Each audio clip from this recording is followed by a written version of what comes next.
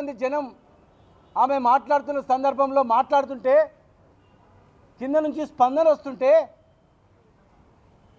మొన్ననే భర్తను కోల్పోయినటువంటి ఆమె తన భర్తను గుర్తు చేసుకుంటూ బాధతో కన్నీళ్లు తెచ్చుకుంటే అది నువ్వు డ్రామా అంటావా? అది యాక్షన్ అంటావా? అసలు నువ్వు మంత్రి ఎట్లయినావు? ఆ కమ్మ సామాజిక వర్గం వాళ్ళు ఓట్లేస్తేనే మంత్రి అయినావు. ఇప్పుడు మంత్రి ఎట్లయినావు? ఆ సామాజిక వర్గ కోటలే మంత్రి అయినావు.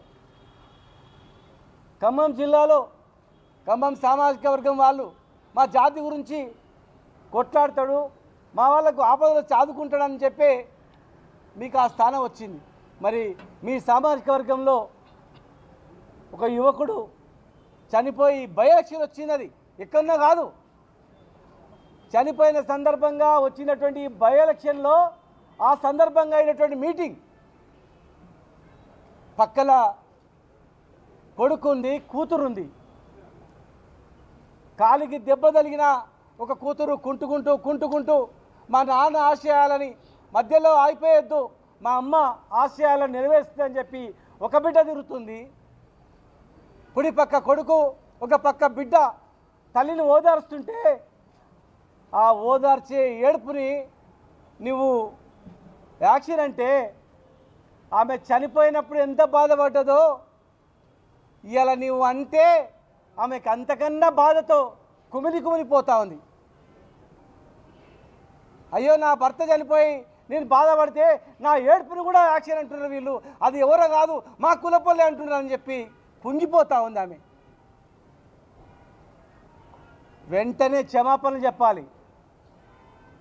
పొన్నం ప్రభాకర్ గారు కూడా నేను అడుగుతా ఉన్నా, దయచేసి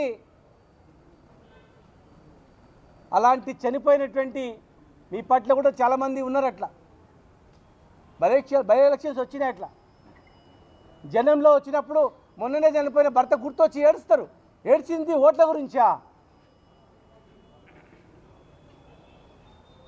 ఇది ఆడవాళ్ళందరూ గమనించాల. పక్కల మేయర్ గారు ఉన్నారు, వారు మాట్లాడేటప్పుడు మరి మేయర్ గారు కూడా ఆమె మా బీఆర్ఎస్ పార్టీ నుంచే గెలిచింది, మా నాయకుడే మేయర్ చేశారు.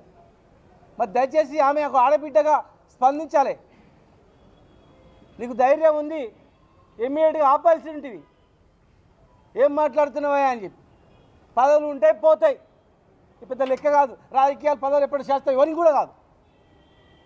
ఒక ఆడపిల్లను అంత అవమానపరిచే రీతిలో ఆమె ఏడుపును కూడా వేలాది మంది సమక్షంలో వాళ్ళందరూ చాలామంది ఏడ్చిండ్రు. గోపెన్న అమర్హయ అని ఒక ఆడబిడ్డను అవమానిస్తుంటే వెంటనే మైక్ ఆపేసింది. ఏం మాట్లాడుతున్నావా, ఏం రాజకీయం ఇది, అట్లా మాట్లాడొద్దు అని వారించాల్సింది. కానీ ఇప్పుడైనా స్పందించాలా. రాజీవ్ గాంధీ గారు చనిపోయినప్పుడు జనరల్గా చనిపోయిన వాళ్ళ గురించి మాట్లాడతారు.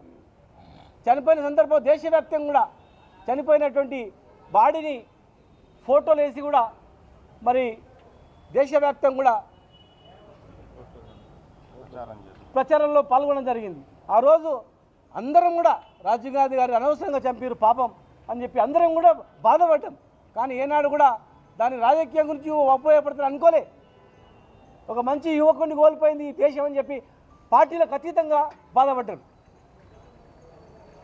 ఇట్లా మీలా కనలే కనీసం ఆడపిల్లని చూసి కూడా మీకు కనికరం రాలేదంటే, తుమ్మల గారు ఒక ఆడపిల్లని కూడా నేను వదిలిపెట్టలేదంటే, అవమానపరిచిందంటే చాలా బాధాకరం, దురదృష్టకరం. ఇది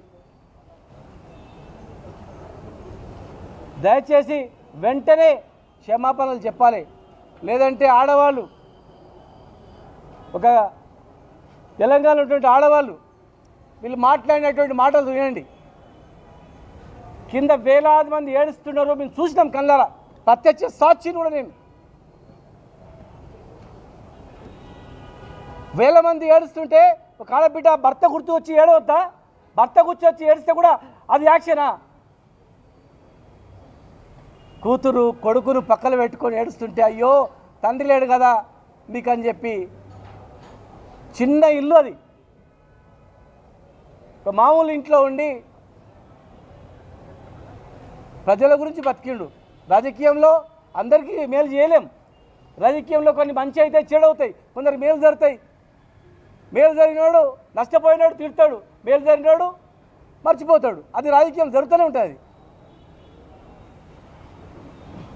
దయచేసి తప్పు అది, ఇలాంటివి మంచిది కాదు. మహిళలారా ఒక్కసారి మీరు వినండి, వీళ్ళ భాష వినండి, వీళ్ళ కథ వినండి. ఇది పద్ధతేనా అడగండి.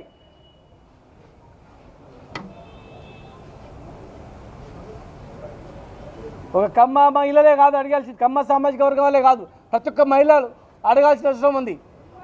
ప్రతి ఒక్క మహిళలు బాసటగా నిలవాల్సిన అవసరం ఉంది.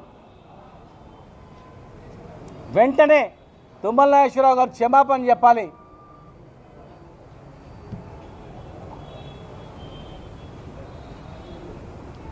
Thank you.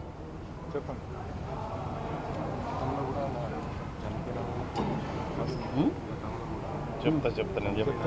చెప్తా నేను మాట్లాడతా.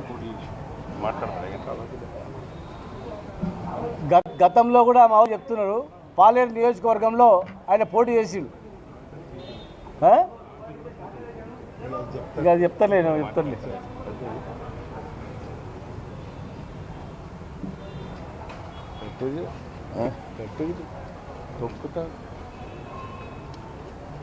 జూబ్లీ హిల్స్ ఉప ఎన్నికల్లో కాంగ్రెస్ పార్టీ అభ్యర్థి ఓడిపోతాడనే భయంతో బీఆర్ఎస్ పార్టీ అభ్యర్థిని మాగంటి సునీతమ్మ గెలుపు ఖాయమనేటువంటి వార్తలు వస్తున్న నేపథ్యంలో ఈ రాష్ట్ర మంత్రులకి కాంగ్రెస్ పార్టీ నాయకులకి వెన్నులో వణుకుబుడుతూ ఉంది.